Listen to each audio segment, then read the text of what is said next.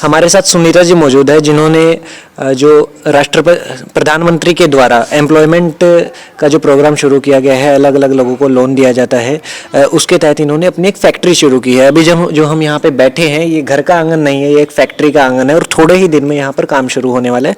मशीनें वगैरह अंदर लगी हुई है, वो हम आपको दिखाएंगे थोड़ी देर में। पहले इनसे बात करते हैं। नमस्कार जी। पहले तो मुबारक हो आपको, बहुत अच्छा लगा मुझे ये सुन के कि गाँव में ये शुरू किया गया है। Thank you. मैं जानना चाहूँगा कि जो लोन वगैरह की पूरी प्रोसेस है, उसके थ्रू गुजरते हुए किन किन दिक्कतों का सामना करना पड़ा? देखिए, दिक्कतें तो जब कोई नया काम शुरू करते हैं तो बहुत आती हैं, ये सबको ही पता है। लेकिन कहते हैं दिक्कतें ना आए तो संघर्ष ही जीवन है। इसलिए मैं वैसे ही बचपन से ही संघर्षशील रही हूँ। मैंने बचपन से बहुत संघर्ष किया है। बोलिए। और हर जो काम है मैंने अपनी मेहनत से किया है। मैं वैसे आंगनवाड़ी वर्कर भी हूँ, सोशल वर्कर भी हूँ और यूनियन की जिला प्रेसिडेंट भी हूँ। और आज ही के दिन आपको एक नया पद भी मिला, उसके बारे में बता दीजिए। और आज जो हमारे गांव झल्लिया में महिला खाप पंचायत की जो राष्ट्रीय अध्यक्ष आई हैं डॉक्टर संतोष दहिया जी, वो भी मेरे को एक नया पद दे के गई है सेक्रेटरी का, तो उसको भी मैं बखूबी निभाना चाहूँगी। मैं जानना चाहूँगा, जैसे अभी आपने फैक्ट्री लगाई है, इससे पहले इस तरह का कोई काम महिला कोई कर रही थी आपके गांव में? नहीं, हमारे गांव में नहीं कर रही थी, लेकिन मैंने देखा कई जगह कर रही है। और हमारे गांव में जो सेल्फ हेल्प ग्रुप चल रहे हैं, बहुत से गांव में ये जो महिलाएं सेल्फ हेल्प ग्रुप की महिलाएं हैं वो काम कर रही है, लेकिन हमारे गांव में ऐसी कोई एक्टिव महिला नहीं थी। तो फिर कुछ ग्रुप में जो महिलाएं कम थी वो मेरे पास आई कि दीदी आप हमारे साथ जुड़ो, आप एक्टिव हो, आप आगे चल सकते हो, हम आपके थ्रू बाहर निकल सकते हैं। तो मैंने सबसे पहले अपने हस्बैंड से पूछा कि घर पूछना भी ज़रूरी होता है। तो एक बार तो इन्होंने मना कर दिया, लेकिन फिर मैंने इनको समझाया कि देखो जब मैं जानती हूँ इसीलिए मेरे पास आ रही है और मैं इनका एक जरिया हूँ बाहर निकलने का। तो फिर इन्होंने कहा ठीक है आप इनकी हेल्प करो, और इन्होंने भी मेरा पूरा सहयोग किया इस काम में। तो मैं सेल्फ हेल्प ग्रुप की मेंबर भी बनी हूँ और इसी हिसाब से कि मैं महिलाओं को बाहर निकालूँ। मेरा हमेशा से एक ही मकसद था कि हम जो पढ़ी लिखी महिलाएं हैं, वैसे बहुत पढ़ी लिखी हैं महिलाएं, लेकिन वो घर में ही कामकाज में उलझी रहती है, लेकिन फिर इस पढ़ाई का कोई मायने नहीं है। मैं चाहती हूँ कि हर महिला अपने पति के नाम से जानी जाती है तो वो अपने नाम से जानी जाए। आज जैसे मेरी एक पहचान है, चाहे वो यूनियन की लीडरशिप से हिसाब से आप मानो कि मैं सुनीता झल्लिया के नाम से जानी जाती हूँ, लोग मुझे एक नेता के रूप में देखते हैं। तो मैं चाहती हूँ कि हर महिला की अपनी एक अलग पहचान हो इस समाज के अंदर। ये नेता के बारे में हम जरूर बात करेंगे, आपने एक अच्छा टॉपिक मुझे दे दिया। मैं करना चाहता था गांव के लोगों से ही बात, लेकिन मैं जानना चाहूँगा अभी जो आपने बिजनेस शुरू किया है इसके बारे में बताइए, किस तरह का बिजनेस होगा और इसके थ्रू आप कितनी महिलाओं को या फिर कितने लोगों को रोजगार देने वाली है और देने का प्लान है? मेरा ये जो फैक्ट्री खोलने का मतलब मकसद है वो है गाँव में एक रोजगार पैदा करना। मेरा हमेशा से यही रहा है कि हम क्यों ना इस बेरोजगारी के अंदर गांव में ही रोजगार उत्पन्न करें, ताकि गांव के जो नौजवान हैं और जो महिलाएं हैं पढ़ी लिखी, उनको गांव में ही रोजगार उत्पन्न करें, गांव में ही उनको रोजगार मिले, उनको बाहर ढूंढने की मतलब ज़रूरत ही नहीं है। हमारे पास ऐसे बहुत से संसाधन हैं जो हम अपने गाँव में रोजगार उत्पन्न कर सकते हैं। इस फैक्ट्री के थ्रू अभी मुझे ये है कि 10-12 महिलाओं को मैं काम दे सकती हूँ, और मेरा ये मकसद है आगे कि इस फैक्ट्री को आगे और बढ़ाना चाहूँगी, ताकि जैसे भी है 10-20 आगे और महिलाएं जोड़ना चाहूँगी, उनको रोजगार देना चाहूँगी। चलिए, सही है। और काम क्या होगा यहाँ पे? यहाँ अंडर गारमेंट्स का काम होगा, जैसे लोअर, टी शर्ट है, टॉवल वगैरह है, ब्रा वगैरह, ये महिलाओं की जो अंडर गारमेंट्स है या जेंट्स है जो भी है, हम अंडर गारमेंट्स का काम कर रहे हैं। बिजनेस का नाम क्या है ताकि पब्लिश भी हो जाए, थोड़ा लोगों को मालूम पड़े? फैक्ट्री वैसे तो अभी सुनीता अंडर गारमेंट्स के नाम से ही रखा है, लेकिन अभी जो कंपनी का नाम है वो हमने डिसाइड नहीं किया है, वो उद्घाटन के टाइम ही डिसाइड करेंगे हम। उद्घाटन अभी तक हुआ नहीं? नहीं, उद्घाटन नहीं हुआ है, अभी मटेरियल आना बाकी है और मशीनें हमारी है वो सब लग गई है और कारीगर हमारे पास पहुंच गए हैं। मैं चाहूँगा कि जल्दी ही ये शुरू हो जाए। जैसे कि आपने बात की कि आपको सुनीता झल्लिया के नाम से जाना जाता है, एक नेता के रूप में भी आपकी छवि है। थोड़े ही दिनों में सरपंच के इलेक्शन होने वाले हैं, कुछ प्लान है आपका? जी, मेरा प्लान है और मेरा मन भी है सरपंच बनने का भी और गांव का विकास करने का। सबसे बड़ा मेरा मकसद है कि मैंने अपना नाम सुनीता जलनिया इसलिए रखा, मैं नहीं चाहती कि मेरा नाम कोई जाति विशेष या धर्म के नाम से चले। मैं चाहती हूँ कि सभी बराबर हैं, इसलिए हर इंसान अगर अपने गांव से अपना नाम जोड़े तो एक गांव की पहचान होती है। मैं एक पूछना चाहूँगा इसके बीच में, क्या ये डॉक्यूमेंट में भी चेंज हो गया या फिर आपकी समझ के लिए या फिर लोगों की समझ के लिए हुआ है? क्योंकि जहाँ तक हम देखते हैं अपने यहाँ पे नाम बदलना बड़ा ही पेचीदा काम होता है, सरकारें मानने को तैयार नहीं होती। वो पहले से जो सरकारी नुमाइंदा बैठा होता है वो पूछता है भाई जात बता दे, या जो पीछे नाम लगता है वो बता दो। ऐसा तो अभी तक नहीं हुआ है। डॉक्यूमेंट्स में तो सुनीता देवी के नाम से है। अच्छा। कोई इसमें बिश्नोई नहीं है, कोई इसमें धर्म नहीं है, कोई जाति नहीं है। लेकिन मैंने जैसे यूनियन की लीडरशिप में जब मैंने स्टार्टिंग में ही अपना नाम लिखवाया तो सुनीता झलनिया, जैसे न्यूज़ में पहली बार आया तो सुनीता झलनिया आया। तो आज मुझे पूरे ज़िले में सुनीता, अगर मैं कह दूँ कि सुनीता बोल रही हूँ तो कोई नहीं पहचान, लेकिन जब कहती हूँ सुनीता झलनिया तो वो सभी पहचान लेते हैं। और सुनीता झलनिया के नाम से ही मेरे पास कॉल या वो फ़ोन करते हैं कि सुनीता झलनिया बोल रहे हैं। हाँ जी। तो मैं चाहती हूँ मेरे गांव की पहचान आज अगर मेरे से है और मेरे गांव से मेरी पहचान है। गांव के अंदर समस्याएं क्या क्या है ये बता दीजिए। एक सरपंच के तौर पे आप क्या क्या बदलाव लाने जाएंगी?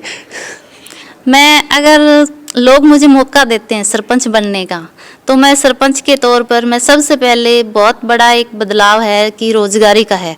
तो मैं अपने गांव में मैंने बहुत कुछ ऐसा सोच रखा है कि गांव में ही रोजगार उत्पन्न करके बहुत से लोग जो नौजवान हैं उनको मतलब अब नशे की तरफ जा रहे हैं, तो जब हम रोजगार उत्पन्न करेंगे गांव में और उनके मनोरंजन के कुछ साधन पैदा करेंगे तो ऑटोमेटिक ही उनका ध्यान जो है वो अपने आप ही नशे की तरफ से मुझे लगता है कि जरूर हटेगा। उनका जो टाइम है वो यूटिलाइज हो पाएगा। उनका टाइम है जो वो गलत यूज कर रहे हैं, वो उनका मिसयूज कर रहे हैं, वो उनका सही जाएगा और अपने आप गांव के लोगों की थोड़ी सोच बदलेगी।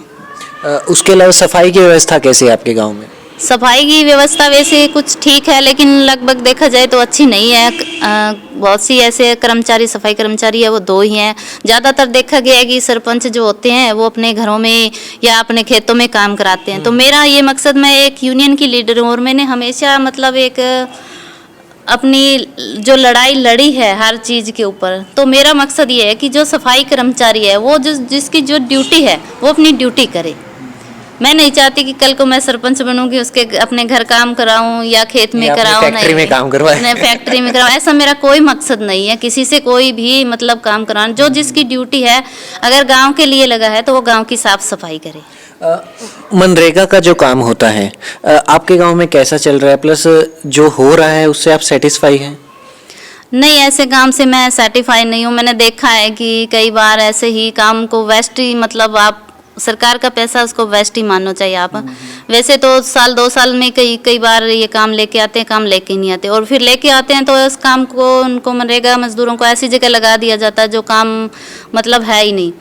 अगर उनको सही जगह लगाया जाए, जैसे स्कूल है, हॉस्पिटल है या गांव की साफ सफाई है, ऐसी जगह लगाया जाए तो वो काम नज़र आए। लेकिन उनको जैसे ज़मीन खोदने में लगा दिया जाता है कि ये खेत है जो उसको नीचे करना है, उसको वहाँ लगा दिया जाता है कि इसकी मिट्टी उठा के यहाँ डालनी है, इसकी मिट्टी उठा के यहाँ डालनी है। वो एक मशीनरी का कार्य होता है, वो इन मजदूरों का नहीं होता। वो एक तरह से टाइम पास कर रहे होते हैं। टाइम पास ही कर रहे हैं और सरकार का पैसा वेस्ट कर रहे हैं। और कुछ आप कहना चाहेंगे, कुछ संदेश देना चाहते हैं? मैं तो यही संदेश देना चाहूँगी कि हर व्यक्ति के अंदर टैलेंट है और अगर हमारे अंदर हिम्मत है और हमारे को अपने आप पर विश्वास है तो हम हर मुश्किल कार्य को आसान कर सकते हैं। और महिलाओं के लिए मेरा ये है कि वो अपने आप को इतनी कमज़ोर ना समझे। मैं भी एक महिला हूँ। जब मैं एक महिला घर से बाहर निकलती है तो उसके सबसे पहले अगर उसको बैकफुट पे लेके आना है तो उसके चरित्र पे उंगली उठाई जाती है और वो हर महिला के साथ होती है। तो इसलिए वो अपने काम पे फोकस रखे, न कि लोगों की आलतू फालतू बातों पे ध्यान दे। लेकिन इसको टैकल कैसे किया जाए? जैसे कि इसमें मेरा एक सवाल आ गया कि जनरली जब लड़की बाहर जाती है, पढ़ने के लिए जाती है, काम के लिए जाती है, वैसे तो अपने जो समाज का स्ट्रक्चर है मैं आपको बता दूं, आप लोगों भी जानते हैं, कुछ अलग नहीं है। लड़की को पढ़ने के लिए भेजा जाता है, उसके बाद कॉलेज में अगर एडमिशन कराया जाता है तो घर वाले ये समझते हैं कि वो बड़ा ही एहसान कर रहे हैं, लड़की को आगे पढ़ा रहे हैं, और उसके बाद एक्सपेक्टेशन बढ़ जाती है उन लोगों की कि लड़की को अगर पढ़ा रहे हैं तो पक्का कुछ ना कुछ सरकारी नौकरी लगनी ही चाहिए, नहीं लगी तो फिर वो उनका फिक्स कर देते हैं कि जल्दी से इसकी शादी कर दो कहीं पे, या फिर लड़की अगर किसी के साथ प्रेम संबंध हो जाता है तो उसको बड़ी जल्दी ही नहीं, ये तो वो लड़की गलत चल रही है ऐसा बोल के उसको रोक दिया जाता है, और कहीं ना कहीं और शादी भी नहीं होती, एक तरह से निपटा दिया जाता है उसको कि इसका दूसरा घर देख लो, अपना निकल जाएगा। उस तरीके को टैकल कैसे किया जाएगा, प्लस आपके घर में माहौल कैसा है, जो महिलाओं के प्रति सोच है कि वो आत्मनिर्भर होनी चाहिए। पहले तो मैं आपको देख रहा हूँ कि आप खुद इस पे स्टैंड आई हैं, लेकिन जो घर की बुजुर्ग महिलाएं हैं, आपके अड़ोस पड़ोस में जो चाचा ताऊ के वो लोग हैं, उनकी क्या क्या रवैया है इस सोच को लेके? देखिए, मेरे घर का माहौल तो वैसे अभी जो जैसे पढ़े लिखे हैं सब, मतलब आप अगर मैं बाहर निकली हूँ तो आप सोच समझ ही सकते हैं कि मेरे घर का माहौल ठीक है। मेरे हस्बैंड ने, ससुर ने, मतलब सब ने अच्छा सपोर्ट किया है मेरे को। मैं जब यूनियन की लीडर बनी तो न्यूज़ में जब आया पहली बार तो इन सबको खुशी हुई कि नाम आया तब। लेकिन कुछ आस पड़ोस में ऐसा माहौल होता है कि या आप ये बात कर सकते हो कि कान भरने वाली। कुछ लोग कहते हैं कि इसको कंट्रोल में करके रख, ये तेरे से ऊपर हो जाएगी, ये फिर कंट्रोल नहीं हो पाएगी। मतलब लोगों की ऐसी सोच होती है, धारणाएं होती हैं। फिर वो बात है कि जब ऐसी बातें आती हैं तो ये मेरे को बोलते हैं तो मैं इनको समझाती हूँ कि लोग सिर्फ बोलने के लिए होते हैं, आप उनकी बातों पे ध्यान मत दो। अच्छा। हमारा घर कैसे चलता है, हमें आगे कैसे बढ़ना है, हमारी अपनी पहचान कैसे बनानी है, एक समाज को ऊपर आगे कैसे लेके जाना है, ये हमें देखना है। जब हम ये हमारा नाम होगा, हमारा काम होगा तो लोगों की अपने आप धारणाएं बदलेंगी। यही लोग आज जो बुराई कर रहे हैं वही कल को तारीफ भी करेंगे। चलिए, बेहद शुक्रिया मैम। ये थी सुनीता जी जिनसे मिलके हमको बहुत अच्छा लगा है, और अगर ये सरपंच बनती है तो मैं एक बदलाव का प्रतीक है, खुद मैं चाहूँगा कि ये बननी चाहिए सरपंच। और भी हम गांव के लोगों से मिलेंगे, यहाँ के सरपंच से भी हम आपकी बात करवाएंगे। कैमरा पर्सन रामदास के साथ मैं आकाश, सिटी 24। धन्यवाद। हमारे साथ विनोद जी मौजूद है जो सुनीता जी के हस्बैंड हैं। इनसे हम बात करते हैं कि जब जो बदलाव हो रहा था, जैसे उन्होंने स्टेप लिया था एक अपनी खुद की फैक्ट्री शुरू करने का, तो किस तरीके से उन्होंने साथ दिया। नमस्कार सर। सर, पहले तो मुबारक हो, आप भी साथ में फैक्ट्री के मालिक बने हैं। थैंक यू जी। जानना चाहूँगा किस तरह की मुश्किलों का सामना करना पड़ा, लोग क्या कह रहे थे और आपने उसको किस तरीके से टैकल किया? हमने बहुत कठिनाइयों का सामना किया। कहीं भी गए ऑफिस में उन्होंने डॉक्यूमेंट्स मांगे, हमने उनको पूरे किए। मैंने अपनी मैडम की पूरी सपोर्ट की है कि हम गांव के अंदर फैक्ट्री खोलें, गांव का नाम अच्छा हो, गांव के अंदर रोजगार मिले लेडीज़ों को, नौजवानों को, ये अच्छा गांव का नाम रोशन हो। ये हम कोशिश करके बहुत अच्छा काम आगे भी बढ़ाएंगे और आगे इसको लेके जाएंगे इस काम को।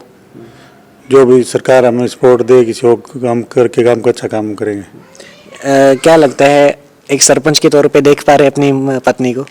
हाँ जी, मैं तो इनको एडवांस में बधाई देता हूँ, इनके साथ कंधे से कंधा मिलाकर साथ दूंगा, पूरा इनका पूरा साथ देंगे। हाँ जी। चलिए, शुक्रिया सर।